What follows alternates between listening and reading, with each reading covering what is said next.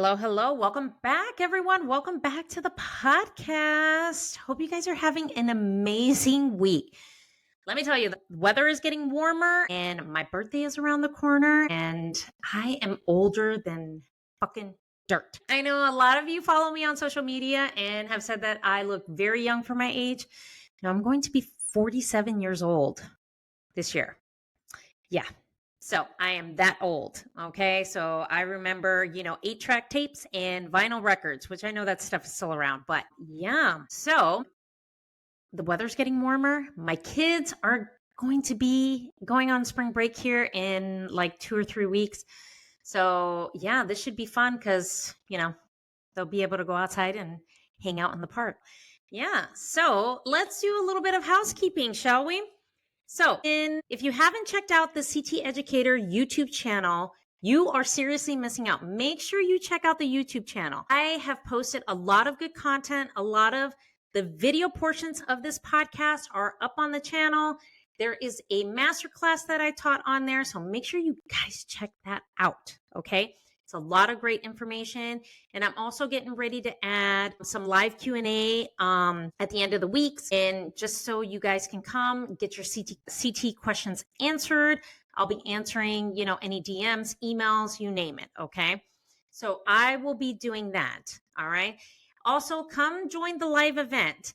I am doing a live event at the end of this month. So make sure you check out the show notes, sign up for the live event. It's going to be broadcasted on TikTok Live. So make sure you guys check that out. Okay. Also, if you need online coaching as far as fitness, nutritional advice, or need to get your body summer ready, make sure you check out the show notes.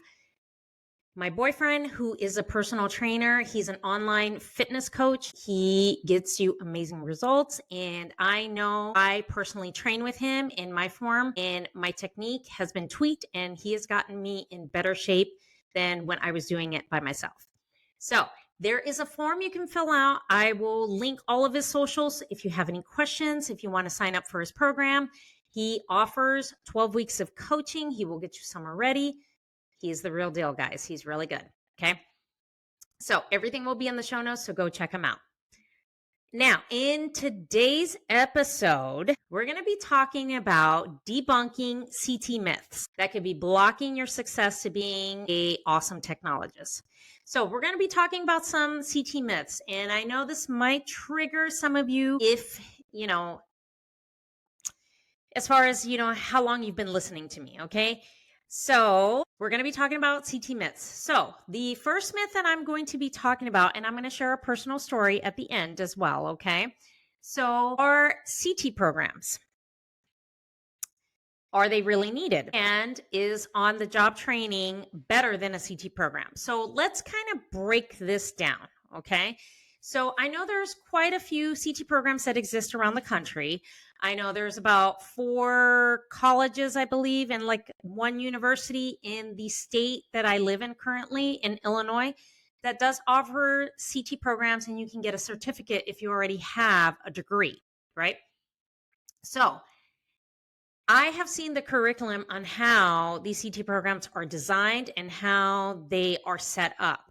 Plus, there have been a few technologists that I currently work with that have gone through a CT program. And I can kind of share just a little bit on their perspective of going through that program versus on the job training. Now, I'm going to give you my personal perspective when it comes to CT programs. And this is just my own personal perspective because I'm one of those technologists that 22 years ago, I was trained on the job. I got paid to do it. A CT program did not exist. Like, we didn't even have that many CT books out there to even learn. Okay. There was no hospital-based program. There was absolutely fucking nothing when I was learning. Okay. You learn from whoever was teaching you, and whether it was good or bad, it didn't fucking matter. Okay. So when it comes to CT programs, honestly, they're not really needed. I'm going to say that again. They're not needed. Why are they not needed, you ask? Well, because I believe that they are set up to get you what you need to know for registry purposes and to get you to acquire that credential. That's how I think of it as, because I've looked at the curriculum at most of the colleges that provide CT programs here in the state that I live in. And a lot of it is physics based. And then they send, you get to pick a clinical site, and then they say, okay, well, you learn, whatever it is that you need to learn to get the 125 exams and then take the registry. Honestly, and I know this is going to fucking trigger a lot of you, I think it's a waste of money and it's a waste of time. And when more employers start offering that on the job training and the cross training, I think that's more useful and it's essential versus having those employees and those technologists go out and learning something from a CT program. Now, that's not to say that the physics and the technical stuff is not important. Yes, it absolutely is important. Do not get me wrong there, okay? But is it necessary to learn all the core basics, like how to set up your room, how to set up the patient correctly? And yes, people are going to come back and say, well, that's why you have the clinical part. Okay, I'm going to dissect that because I know that's what I'm going to get as far as questions. Yes, in the clinical part of that program, you are supposed to learn all that you need to know on how to operate a CT machine, how to execute the exams correctly, how to set up your patients correctly. But honestly, the programs are not designed that way. They're designed to, okay, you got to get 125 exams. You have this much time to get the registry, and that's that. If you really think that getting a registry is going to make you a better technologist, it's not. And we're going to talk about that a little bit further, as we go on through this episode. So what I think about is that you get more hands-on when you are on the job training. You get more clinical experience and you actually get to learn more when you are hands-on learning what you need to know. Because let me tell you, you need to learn how to scan. You need to learn how to position the patients correctly. You need to know how to set up the exams correctly, and you need to know how to reformat images correctly. Like, that is your basic thing. And you need to make sure that you know how to inject contrast safely and properly.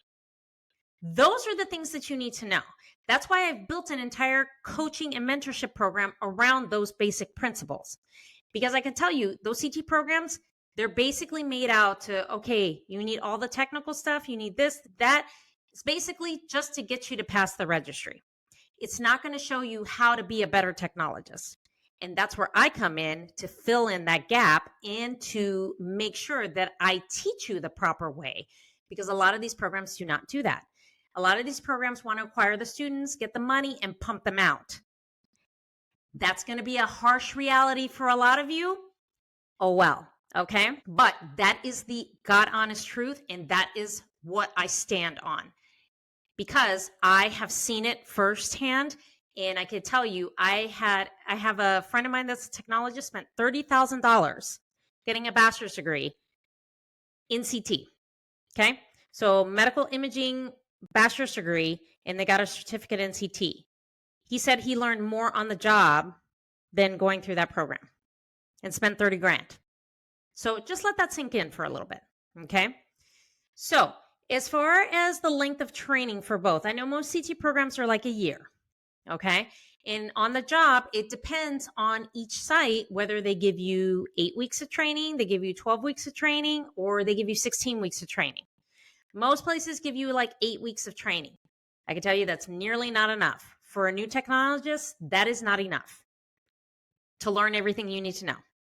That's why I've made my coaching program 6 months. Because in 6 months' time, you're going to be ready to go.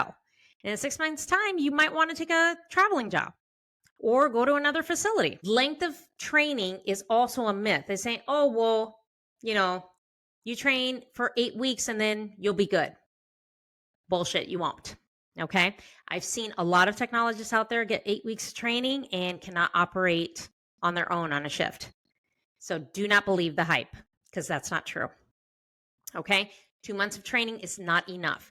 And that is a myth that just continues to, be put out there that in, 8 weeks time, you're going to be ready to go. And that's not true. Not true at all. No. Now, here's another myth. Passing the registry will make you a competent technologist. No, It will not. Just because you pass the registry does not mean that you have the clinical experience or the knowledge of really how to execute every exam that is known out there, or even the new ones that are starting to, that are up and coming. Just because you have CT after your name doesn't mean that you are a competent technologist. Being a successful, competent technologist takes experience, takes practice, and it takes consistency.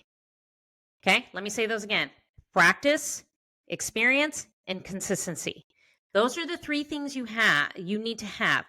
Knowledge, you can have all the knowledge in the world. I know a lot of book smart, knowledgeable techs that don't know how to operate or position a patient correctly. But they've got all the book knowledge in the world to pass that registry, but don't know shit behind the scanner. So that's why I tailor my program the way it is, because I'm going to push you and I'm going to make sure that you are competent when you're out there dealing with the patient and that you know exactly what you're doing behind that console. It's not about pushing buttons, guys, because I could tell you some of these knowledgeable techs, all they know how to do is push a button. They don't know anything else. Okay.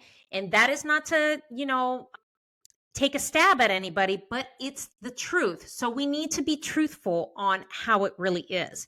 If we want better technologists out there, then we need to do better. Okay. So being a competent, successful technologist takes experience, it takes consistency, and lots of practice. You're going to make a lot of mistakes, and that's fucking okay. Okay. As long as you're not harming the patient, it's okay, because at least you can figure out what you did wrong and then fix it so it doesn't happen next time. Okay. Now, I'm going to share a personal story with you. This was a technologist that I had trained on the job. This was many years ago. And this was at the time where I had worked for the VA. And I know there's a lot of things in the media and things that are happening right now as far as with the, VA healthcare and things like that. So I worked for the VA in one of my temporary assignments because they were building a new VA hospital in Las Vegas, where I'm from, and that facility wasn't ready yet. So my temporary assignment was to work out of the Air Force Base Hospital on Nellis. So this is the Air Force Base Hospital for all the active military. So I was stationed there. And there were me and I think about 3 or 4 other techs. So me and one of the staff sergeants, well, now he has a higher rank. So I think he's like a master sergeant now. I'm not too familiar with that, even though I do have a military ex-husband, but he was in the Marines. So at that time, he was a staff sergeant, and him and I were the only 2 CT technologists that were registered. So the way that the Air Force structures their program is they cross-train all their x-ray techs into CT because they need to have coverage and to make sure that they have enough staff because of their staffing models, because they're always getting incoming technologists, in their x-ray program. Their x-ray program is just a little bit, it's slightly different than ours, because they built in some of the CT Basics exams into their curriculum. Every 8 weeks, we get a new staff member and they would come and cross-train. So I got one of them. I'm not going to say names, but I know they listen to my podcast. And I said, okay, what is it that you know? What do you need help on?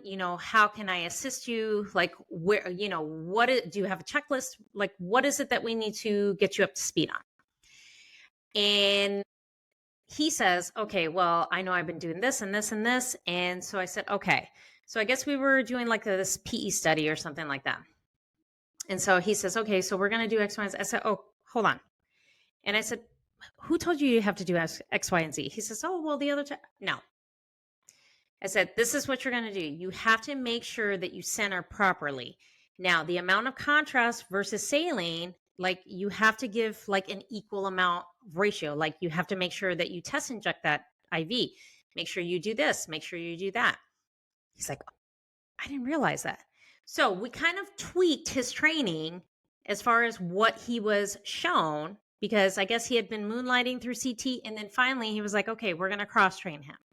So I made sure that, okay, we're going to make sure that you know how to center a head properly. Like they have a complete checklist on how they sign off before they can take the registry. And then, okay, this PE study, okay, this, okay, that.